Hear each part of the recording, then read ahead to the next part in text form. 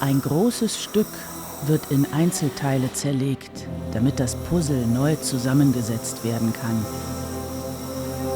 Womöglich ist große Kunst schon immer unter starkem Druck entstanden.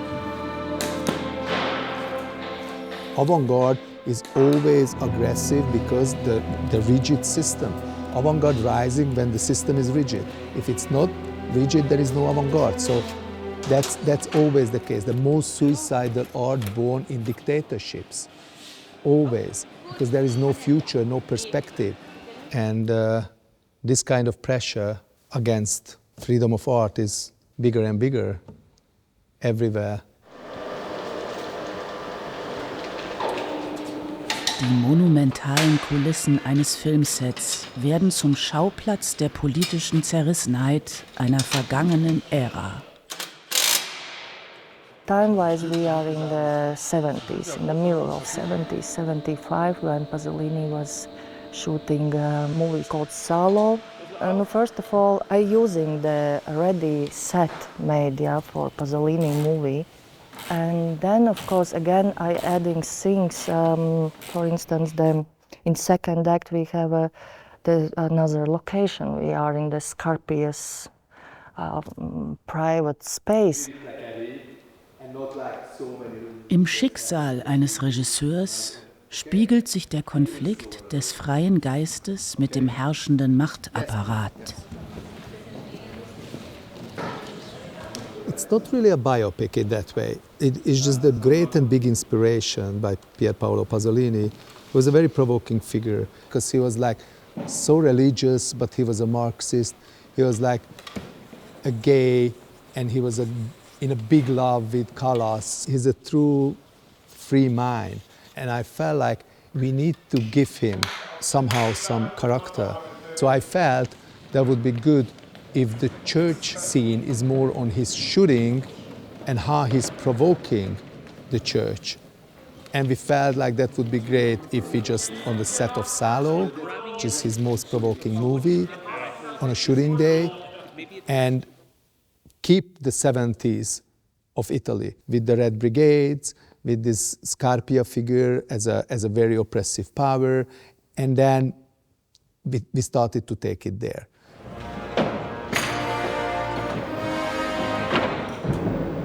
Gewaltvoll drängt sich das Milieu der Unterdrücker in den Vordergrund. I like that we have kind of clear situation in first act. It's movie set, and then it's something like a breaking. This Scarpia room is like a breaking in from the back. It's also, for me, it's showing power, that suddenly there is something huge and big, like coming inside and saying, now I'm in the focus, yeah. Doesn't make sense. Womöglich hat jeder Mächtige auch seine Leichen im Keller. Es braucht die Kunst, um diese an die Oberfläche zu bringen. And then I have a second movement, which is just from the understage coming up and pushing this Scarpius room. And this is kind of the torture room, which is kind of hidden space under the Scarpia. And it's showing just again much more this power, what state or so can use against the people. And that's the two movements which are breaking this kind of nice, not nice, but this movie set.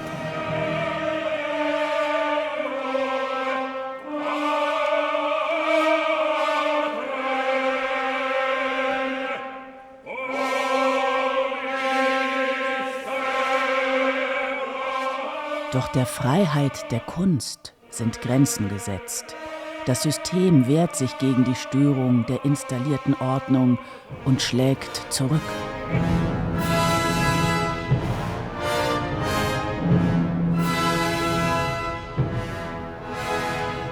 Obviously, violence is the topic of the piece. I mean, this is a absolutely dark thriller. There is nothing else but oppression and violence. And the guns are there, and then when they have this, and then just My question was more like, when you see this in an art piece, let's talk about whatever, Actionism or Hermann Nietzsche or whatever, we feel very embarrassed. But when we are watching Tosca, we are not embarrassed. We just like feel like, oh yeah, that's the story. Oh, okay, she killed it now. Okay, good. So how can I give it back this almost animalistic power to the piece? So for the moments, the killing moments, is as much of splash on white canvases. And I felt that not make the scenes more violent, but get art into it, which is, for me, humanity itself. Abstract thinking, what we can create. How planet Earth can anyone thinking, like, let's create a situation, let's write music, let's sing about it, and let's do a visual, and just let's put it into the building.